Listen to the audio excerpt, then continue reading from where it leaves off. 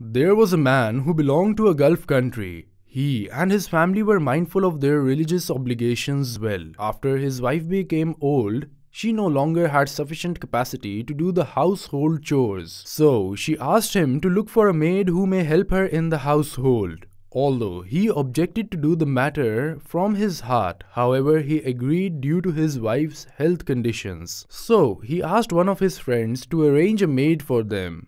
He brought them a Christian Filipino maid who came with a bare head. He asked her to cover her head, but she responded reluctantly and started working. 2 months later, she received a mail, and the owner of the house knew from her that her fiancé was sick and that she had to go to him to check on his health and come back for a few days later. So he reserved a ticket for her at his expense and she traveled. 10 days later, as her residency is valid, she returned back home again. The wife and the children of the owner of the house traveled, and there were only 2 days left for their arrival. The man said, "I can manage her."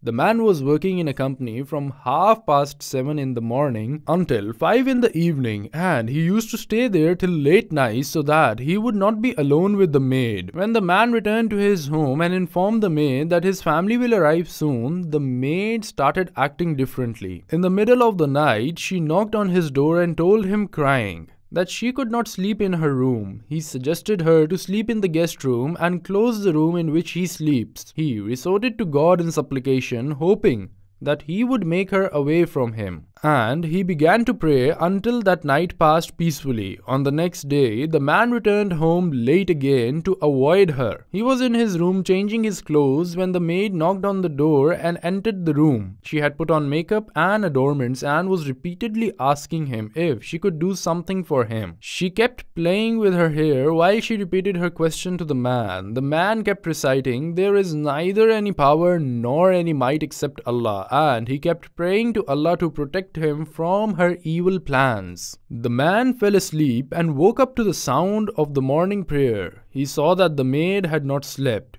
He got ready to leave for work early and saw that the maid was crying and saying, "I wanted you, and I thought that you wanted me too, and I tried to seduce you, but I couldn't." The man got angry and yelled at her, so she apologized to him and told him, "I have worked at several Gulf houses and I have done the same thing in those homes what I did to you. I was able to seduce 90% of the people, then blackmailed them for money. I wanted to do the same with you, but I was unable to trap you." She promised that she will work with full sincerity now on, so he forgave her. When the family returned, the man informed the story to his wife.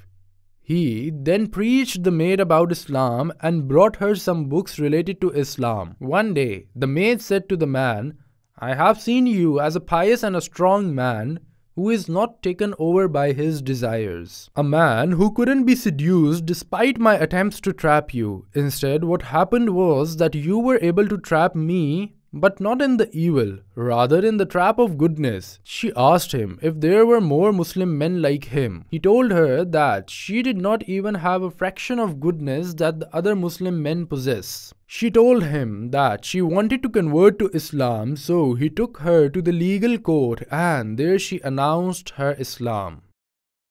وسارعوا إلى مغفرة من ربكم وجنة عرضها السماوات والأرض أعدت للمتقين الذين ينفقون في السراء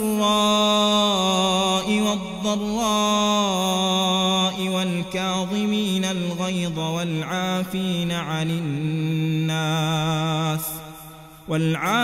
عن الناس والله يحب المحسنين.